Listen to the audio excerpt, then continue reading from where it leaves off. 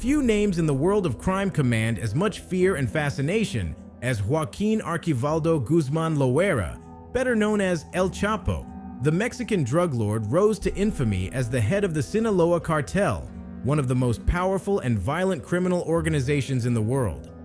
Known for his cunning, ruthless tactics, and astonishing ability to evade capture, El Chapo's life story reads like a crime thriller.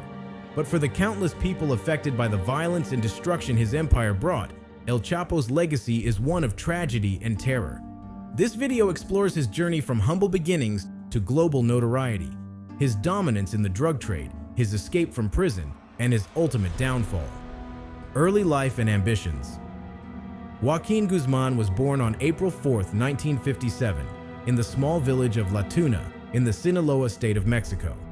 Like many in his hometown, Guzman grew up in poverty. His father was a cattle rancher with alleged connections to the drug trade, but El Chapo's childhood was marked more by hardship than privilege. Dropping out of school at a young age, he was forced to work to support his family, learning early on that survival required toughness and resilience. Growing up in rural Mexico, Guzman became acquainted with the drug trade at a young age. Sinaloa, his home state, has long been a hub for marijuana and opium cultivation, and many locals saw the drug trade as one of the only ways to make a decent living. By the time he was a teenager, Guzman was already involved in small-scale drug trafficking, but his ambitions went far beyond his humble beginnings. Rising through the ranks. In his early 20s, Guzman began working with a local drug lord named Hector El Güero Palma, helping to smuggle drugs into the United States. He quickly proved himself reliable, known for his calm demeanor and ruthless efficiency.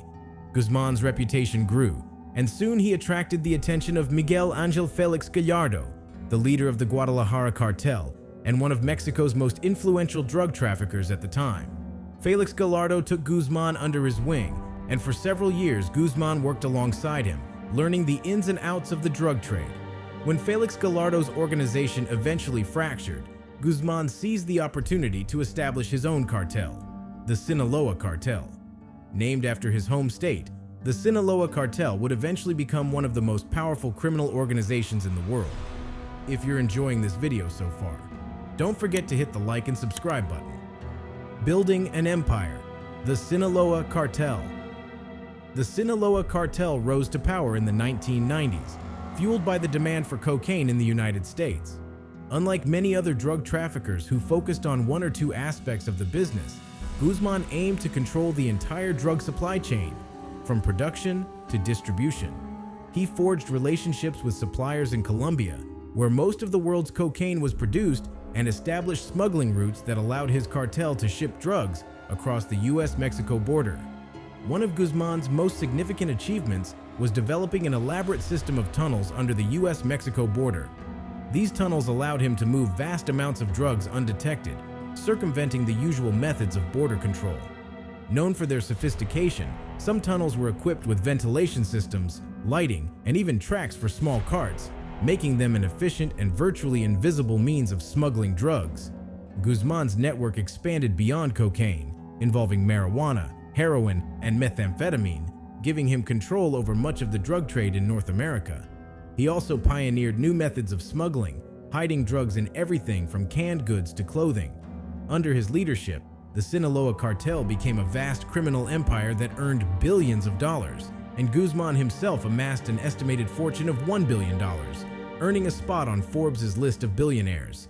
The violent rule of El Chapo Guzman's wealth and power were built on a foundation of fear and brutality. To maintain control over his empire, he relied on extreme violence, not hesitating to eliminate anyone who posed a threat to his operations. This included rival cartel members, law enforcement officers, politicians, and even civilians who happened to be in the wrong place at the wrong time. One of Guzman's most infamous tactics was his use of sicarios, hired assassins who carried out brutal attacks on his behalf. Guzman's reputation for violence spread quickly, and he developed a policy of plata o plomo, silver or lead, meaning that he offered a bribe to authorities or rivals, but if they refused, they faced death. This tactic allowed him to buy loyalty and intimidate those who resisted, solidifying his control over large swathes of territory in Mexico. The arrests and escapes. El Chapo's legendary evasions. One of the most remarkable aspects of Guzman's story is his ability to escape from prison, not once, but twice. His first major arrest came in 1993 in Guatemala, where he was captured and extradited to Mexico. He was sentenced to 20 years in a maximum security prison, but Guzman had no intention of serving his time quietly. In 2001, he executed his first escape, bribing prison guards to smuggle him out in a laundry cart. With this daring escape, El Chapo became a legend, evading authorities and disappearing into the mountains of Sinaloa, where he continued to run the cartel. For over a decade, Guzman remained at large, continuing to expand his drug empire. His capture in 2014, after years of intense manhunts, was celebrated as a major victory for Mexican and American law enforcement. However, just a year later, Guzman pulled off another escape that cemented his status as one of the most elusive criminals in history. This time, he escaped through an elaborate tunnel dug beneath his cell. The tunnel stretched over a mile and was equipped with lighting, ventilation, and even a motorcycle on rails to speed up his getaway. The escape embarrassed the Mexican government and demonstrated the incredible resources and influence at Guzman's disposal. His second escape turned him into a media sensation, with the story of his tunnel escape drawing attention worldwide. Guzman became a folk hero to some, representing defiance against authority, while others saw him as a dangerous symbol of the corruption and weakness in Mexico's justice system. The final capture and extradition. Guzman's final capture came in January 2016 after a series of tactical missteps. While he was in hiding, Guzman reportedly reached out to actors and producers about making a biopic of his life, a move that led authorities to track his location. The Mexican Marines eventually found him in Los Mochis, Sinaloa, after a bloody raid in which several of Guzman's bodyguards were killed. This time, the Mexican government decided not to take any more chances. In 2017, Guzman was extradited to the United States, where he faced a series of charges, including drug trafficking, money laundering, and conspiracy to commit murder. His trial in Brooklyn, New York, was one of the most high-profile cases in recent history, with Guzman facing a mountain of evidence that detailed the extent of his crimes and the brutality of his operations. In 2019, after a 3-month trial that captivated the world, Guzman was found guilty on all counts and sentenced to life in prison plus 30 years. He was sent to ADX Florence, a maximum security prison in Colorado, known as the Alcatraz of the Rockies, where he remains to this day, unlikely ever to escape again. The global reach of the Sinaloa cartel. Under Guzman's leadership, the Sinaloa cartel expanded its reach far beyond Mexico and the United States, establishing connections and operations in Europe, Asia, and Africa. The cartel developed sophisticated supply chains and partnerships with criminal organizations around the world, allowing it to move drugs across continents with ease. The sheer scale of Guzman's enterprise made the Sinaloa cartel one of the most influential criminal organizations globally, impacting drug markets in countries as far away as Spain, Italy, and the Philippines. Guzman's empire wasn't only about drugs. The Sinaloa cartel was involved in money laundering, arms trafficking, and human trafficking, diversifying its activities to maintain profitability and power. Guzman's cartel adapted to changes in the global drug market, responding to shifts in demand and experimenting with synthetic drugs like fentanyl, which has fueled the opioid crisis in the United States. This adaptability allowed the Sinaloa cartel to remain a dominant force even after Guzman's arrest and incarceration. If you're enjoying this video so far, don't forget to hit the like and subscribe button.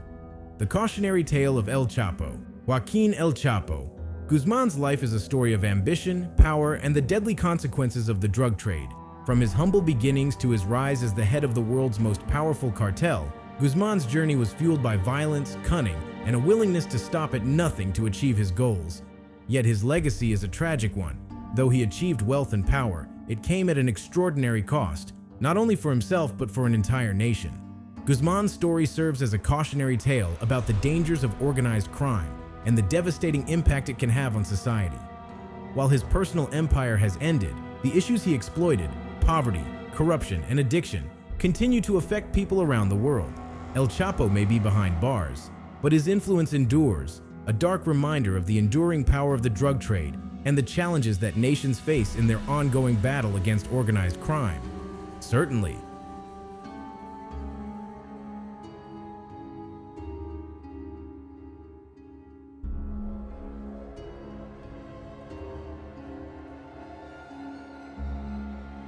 the continuing influence of El Chapo and the Sinaloa cartel.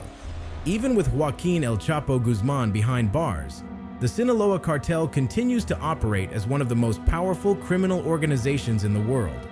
This cartel, which Guzman spent decades building, has become a sophisticated multinational operation. Guzman's successors, including members of his family and trusted lieutenants, have stepped in to continue the business, showing that the cartel's influence is larger than any one individual. The Sinaloa cartel, while now decentralized, remains adept at adapting to the changing demands of the global drug market. This includes a shift towards synthetic drugs like fentanyl and methamphetamine, which have proven to be profitable and highly addictive. Fentanyl, in particular, has had a devastating impact on the United States, contributing to an ongoing opioid crisis that has claimed thousands of lives. By focusing on such potent drugs, the cartel has managed to maintain its income streams while causing significant social and health crises. Beyond drugs, the cartel is involved in a variety of criminal enterprises, including human trafficking, extortion, and illegal arms dealing. This diversification of operations has allowed it to withstand various setbacks, including Guzman's capture, law enforcement crackdowns, and competition from rival organizations like the Jalisco New Generation Cartel, CJNG. The resilience of the Sinaloa cartel highlights the depth of Guzman's legacy, as the structures he built allow it to thrive even without his direct involvement. El Chapo as a symbol, myths, and media. In addition to his notoriety as a crime lord, El Chapo has become a symbol in popular culture. Many people view him as a mythical figure, embodying the duality of violence and charisma. Stories of his generosity to the poor, as well as tales of his escapes and defiance against the authorities, have contributed to his image as a folk hero among some. This image was amplified through narco corridos, ballads dedicated to drug lords, which glorify his life as one of power, wealth, and rebellion. These songs, popular in Mexico and across the border, provide an insight into how some segments of society view figures like Guzman not as villains, but as champions of the downtrodden, who challenge corrupt authorities and create their own justice. Moreover, El Chapo's life has been depicted in TV series, documentaries, and films, transforming him into an international cultural phenomenon. Shows like El Chapo on Netflix and Narcos. Mexico has fictionalized his life, adding to his legend and ensuring that his story reaches audiences far removed from the realities of cartel violence. While these portrayals often aim to shed light on the darker aspects of the drug trade, they have also sparked debate about whether such depictions inadvertently glamorize individuals like Guzman. For many viewers, the story of El Chapo is a window into a world they would never otherwise encounter. However, these dramatizations can sometimes blur the lines between fact and fiction, creating a narrative that may ignore the suffering caused by cartel violence. While Guzman's cunning and charisma may be intriguing, they overshadow the reality of his brutal tactics and the lives destroyed by his empire, the human cost of the cartel wars. Behind the stories of wealth and power lies the harsh reality of the human toll taken by the drug trade. The Sinaloa cartel, like other powerful criminal organizations, has left a trail of destruction that is deeply felt in communities across Mexico and beyond. The cartel's operations fuel violence that has claimed the lives of thousands, from rival gang members to innocent civilians caught in the crossfire. In Mexico, entire towns have been devastated by cartel violence, with families torn apart and children orphaned by the relentless battles for control. Many communities live in a constant state of fear as cartel members target those who resist or challenge their authority. In some cases, entire villages have been displaced, with residents forced to abandon their homes due to violence or threats from cartels. Moreover, the economic impact of cartel violence cannot be underestimated. Areas with a strong cartel presence often experience reduced investment, limited job opportunities, and high rates of unemployment. Many young people in these regions face limited options, making them more vulnerable to recruitment by criminal organizations. This cycle perpetuates itself as poverty and lack of opportunity continue to fuel the cartel's influence.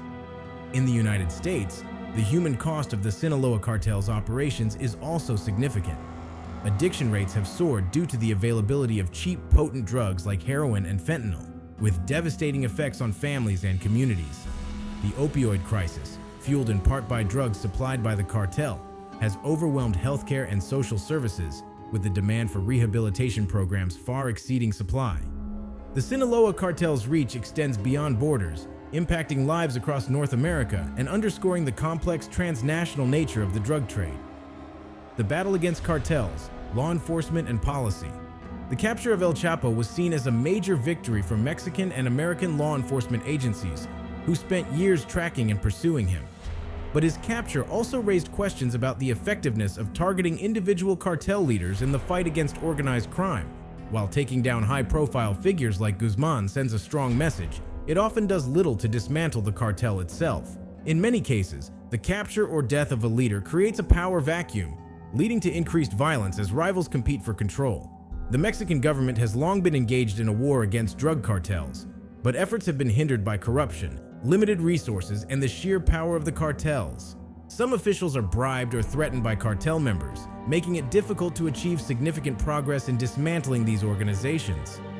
The kingpin strategy, targeting top leaders like El Chapo, has had mixed results, as new leaders quickly rise to fill the void, often with even more brutal tactics.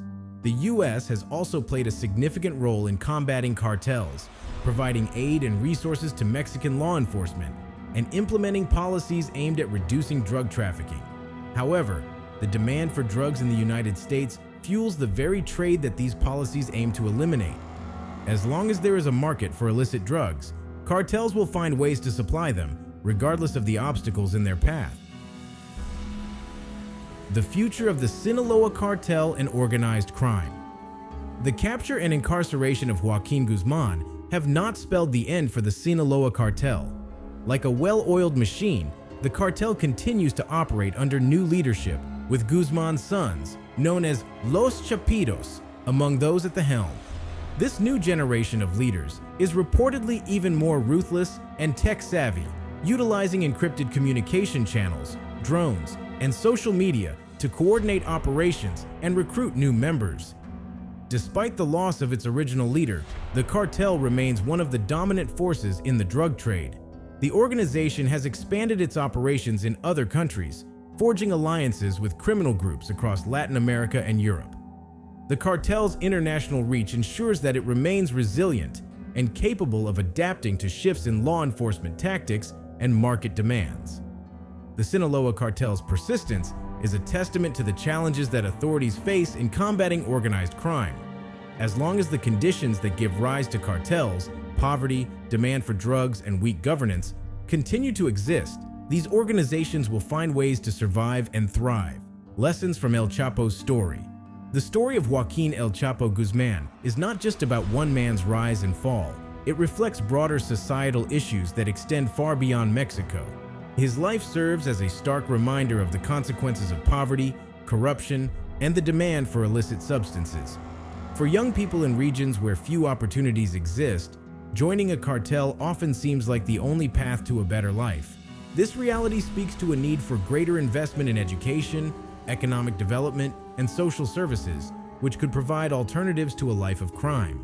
Moreover, El Chapo's story sheds light on the complicated relationship between the U.S. and Mexico in combating the drug trade. While both countries have invested significant resources in tackling drug trafficking, the demand for drugs in the U.S. fuels the very trade they seek to dismantle. Collaborative efforts that focus on reducing demand, providing addiction treatment, and targeting the social and economic factors that drive the drug trade may ultimately be more effective than traditional law enforcement tactics alone. In many ways, Guzman's life also demonstrates the limits of the kingpin strategy in combating drug cartels. Removing a single leader may offer a symbolic victory, but it often does little to address the underlying networks and structures that allow these organizations to thrive. A more holistic approach, one that targets the financial systems, social conditions, and global networks that support organized crime, may be needed to make a lasting impact. The legacy of El Chapo, a complex story. As the world looks back on the life of Joaquin El Chapo Guzman, it's clear that his legacy is one of complexity. For some, he remains a figure of folklore, a man who rose from poverty to control a vast empire. But for many others, he is a symbol of violence, greed, and the devastating effects of the drug trade. His story is a reminder of the human cost of organized crime the challenges of fighting powerful criminal organizations, and the resilience of communities impacted by cartel violence. While Guzman's capture marked the end of an era, his legacy lives on through the cartel he built, the culture that surrounds it, and the ongoing struggles faced by Mexico and the world in addressing drug trafficking. His story serves as a cautionary tale, illustrating both the allure of power and the destruction that it can bring. For future generations, El Chapo's life is a reminder that the battle against organized crime is not simply about capturing individuals. It's about understanding and addressing the deeper forces that allow crime to flourish. In the end, the story of El Chapo is a story of contrasts, between wealth and poverty, between charisma and brutality, and between myth and reality. His life has left a permanent mark on Mexico and the world, symbolizing both the dangers of unchecked power and the enduring challenges that societies face in their pursuit of justice and peace. If you enjoyed this video, don't forget to like, comment, and subscribe for more videos. Also, don't forget to join the membership team for more exclusive content.